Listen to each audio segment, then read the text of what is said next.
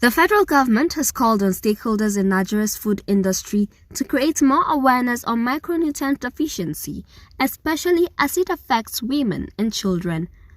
Mrs. Olushola Idowu, Permanent Secretary, Ministry of Budget and National Planning, and the National Convener, UN Food Systems Summit Dialogue, made the call at the National Fortification Dialogue in Abuja. Poor handling and processing method affect the nutrient content of food. Fortification has been used for years in industrialized countries as a means of restoring micronutrients lost during food processing. The National Policy on Food and Nutrition elucidated food fortification program as a strategy to addressing micronutrients deficiency in the country. It is a fact that various safety, technological, and cost considerations could place a lot of challenges on food fortification intervention. Thus, this dialogue becomes very important to address some of these issues. Several intervention strategies have been applied to address eating hunger, including nutrition education, delivery of targeted oral micronutrient supplements, universal access to nutritious food, and appropriate dietary habits is difficult to achieve.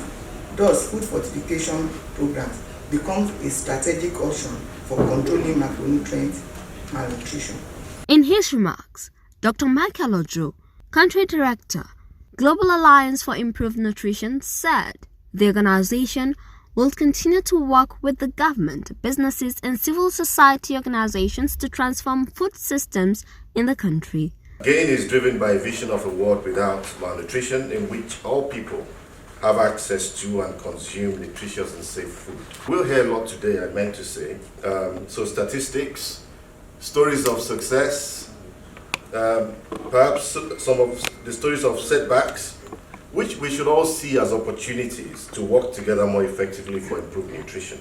Mrs. Omolara Okunlola, a representative from the Standard Organization of Nigeria, said the government has been able to raise awareness on food fortification by ensuring that manufacturers label their products with specific micronutrients inherent in such products. Another thing that the government has been able to do from the point of standard is most of the products in the packaged product this time around that are in the market that are under voluntary fortification, what we've ensured is you make sure that the products are labeled as such and you have to declare what you've added.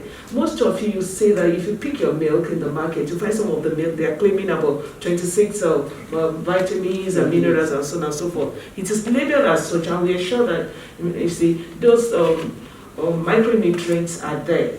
Hajia Ummul-Khairi Ahmed, a Deputy Director, National Agency for Food and Drug Administration and Control, added that food fortification was just one aspect of fighting malnutrition in Nigeria.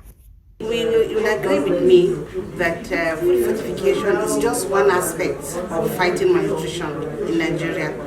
And for the vulnerable group, that is less than 5 years, and the women of lactating mothers and pregnant women, you say agree with me that many of them have no access to the processed fortified food products. And another thing is to encourage especially breastfeeding, exclusive breastfeeding, and then breastfeeding for 2 years or beyond.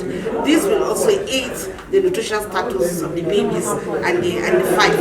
And then biodiversification, ensure that the children from the family main will be able to eat different kind of foods. They should be encouraged to eat vegetables, fruits, and the cereals that are available in the food. That will also improve their nutritional status and the macronutrients they need from the. And another thing is social marketing. We should try to ensure that our general public demand for fortified products. That also helps. And we try to also make sure that the food that is fortified is accessible, is available, and is affordable to the general public.